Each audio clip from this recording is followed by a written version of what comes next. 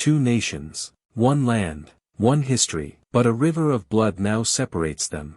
Why did India and Pakistan, once part of the same civilization, split into bitter enemies? Was it religion, politics, or the cunning games of an empire desperate to hold power? This isn't just history. This is a story of hope turned into hatred, of brothers turned into foes. A story where one decision led to the largest mass migration in human history, and a cycle of violence that still hasn't ended. Today, we go beyond the textbooks. We uncover the untold truths of partition, the wars that followed, and the people still paying the price.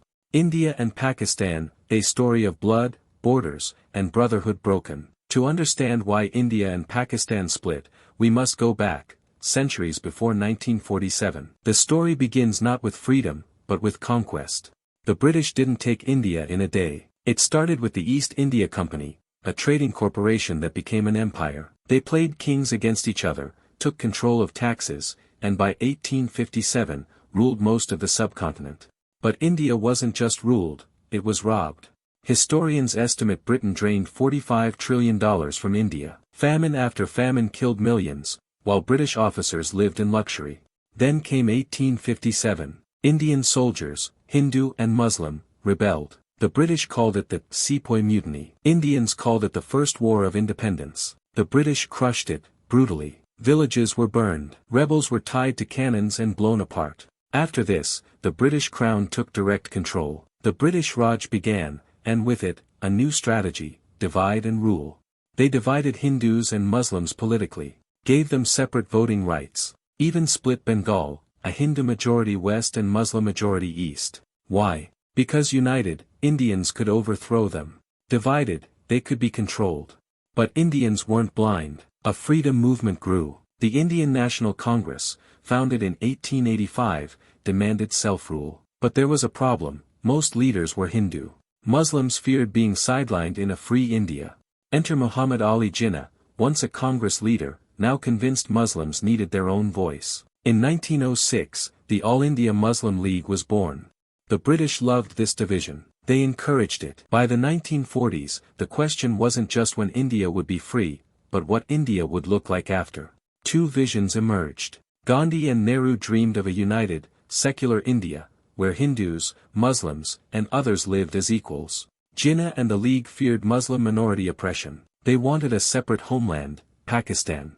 But what was Pakistan? At first, even Jinnah wasn't sure. Some maps showed a giant Muslim state slicing through India. Others imagined small Muslim majority zones. In 1940, the Lahore Resolution made it official. The Muslim League demanded independent states for Muslims. The British saw an opportunity: if India split, their influence might remain. Then came World War II. Britain was broke. They couldn't hold India much longer.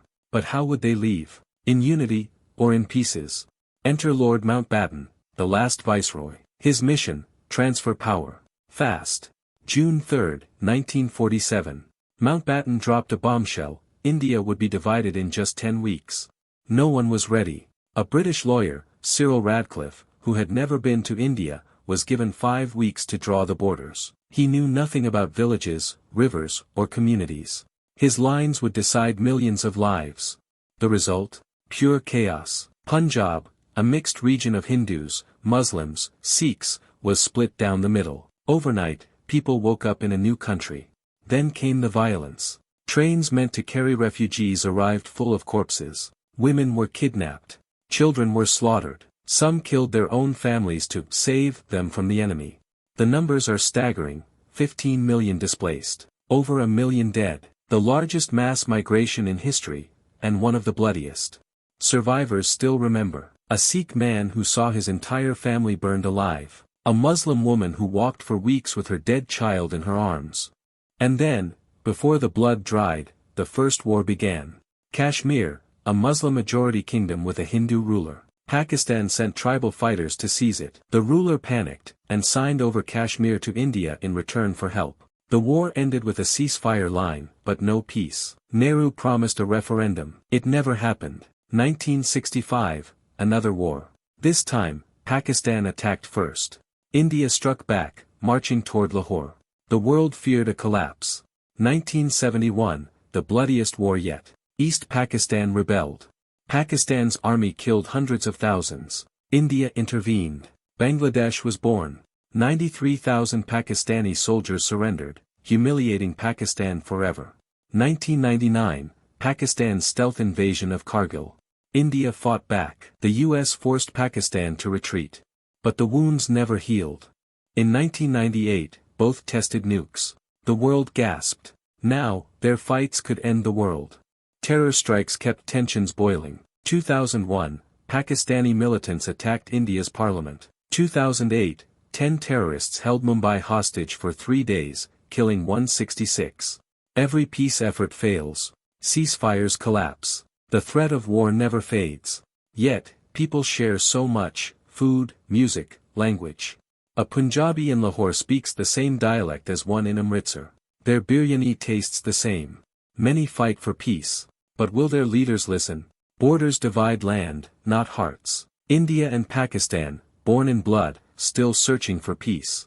Only time will tell. If this story moved you, like, share, and subscribe. Comment below: can India and Pakistan ever make peace? Or is the hatred too deep?